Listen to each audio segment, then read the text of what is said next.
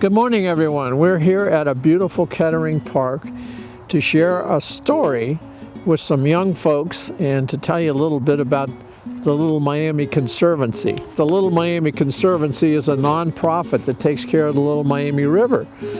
And the reason we did the book is because we want to reach out to young people. Many of us know that the Little Miami River is beautiful and has trees and riffles and things of that sort, but it's not as well known what the incredible life is, the aquatic life beneath the surface.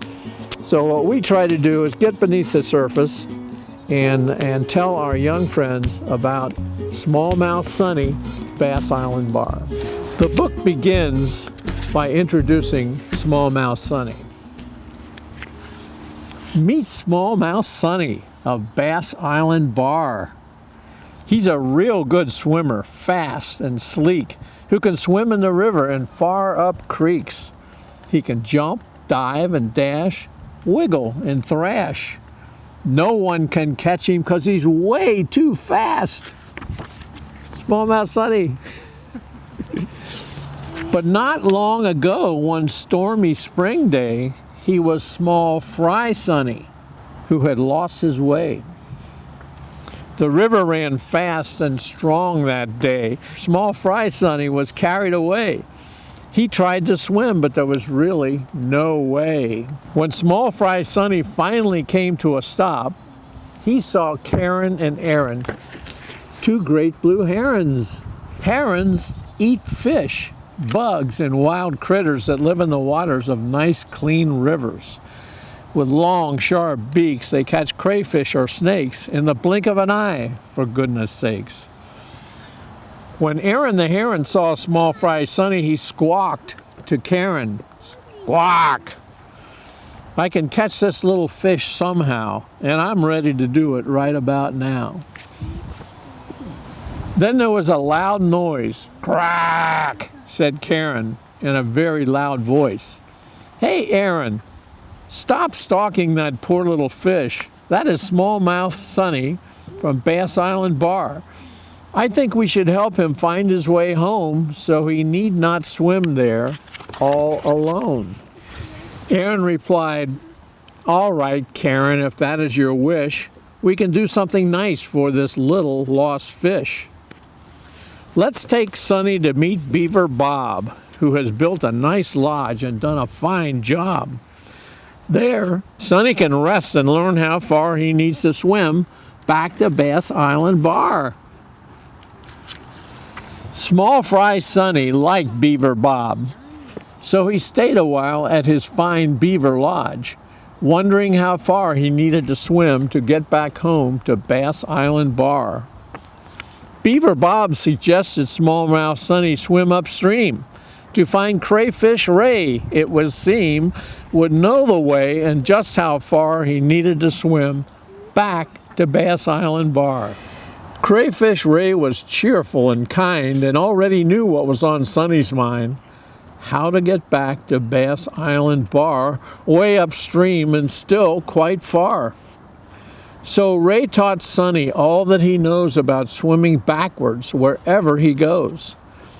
Do you think swimming backwards could help Small Fry Sonny find his way back home? Nah, but it might be fun. Then, Small Fry Sonny swam upstream to meet Myrtle the turtle. Myrtle can swim while she breathes fresh air. She can climb out of the water and see everywhere. She can sink down under to check out the fishes and watch all the critters wherever she wishes. Since Myrtle knows birds can dive into water, she warned Sonny to watch out later for birds that fly high, then dive down below, where Sonny was heading and likely would go. Like Kelly Kingfisher. Kelly Kingfisher is often quite kind, but sometimes she's hungry with fish on her mind. A skilled bird of prey, she dives into streams to catch fish, frogs, or minnows, it seems, or even a snake, for goodness sake. Kelly was perched on the branch of a tree looking downstream hungrily. So Karen and Aaron flew toward Kelly, Near her face and right at her belly, as small fry Sonny swam fast beyond Kelly's view to safety at last. There's small fry Sonny. He's swimming away from Kelly the kingfisher. Then Aaron said, "We should visit Omar the Gar to help us determine where we are and about how far back to Bass Island Bar."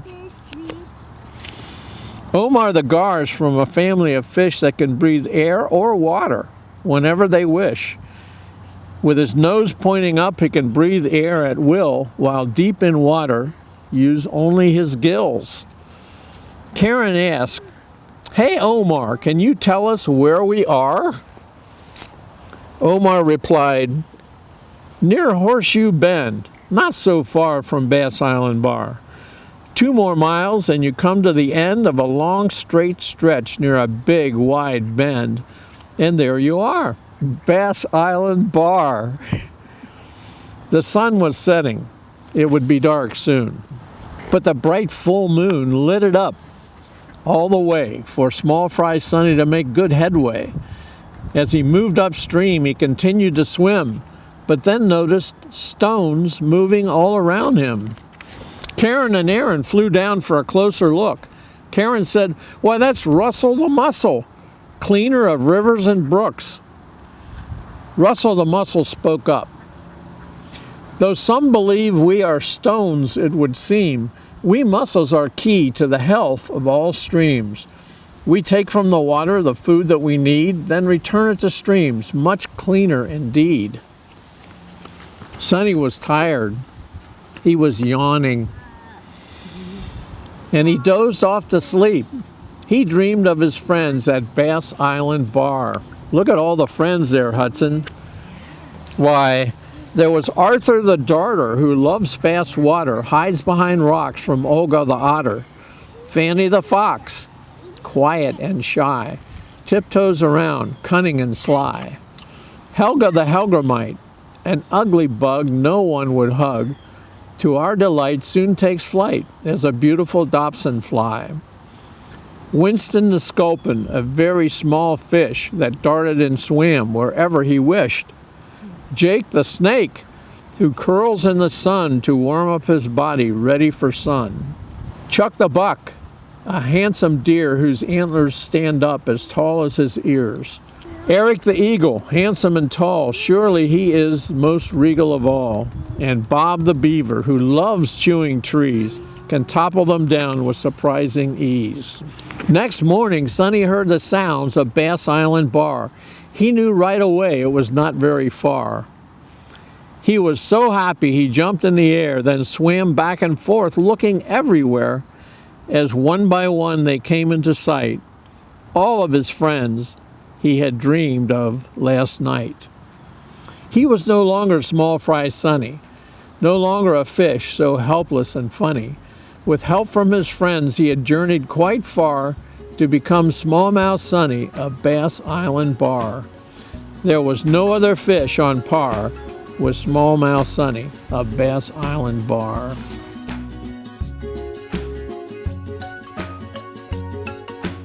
At the end of the book, there's something called a glossary, and it has all the fish and animals that are in the book, because every person, every character in the book is based on a real live animal.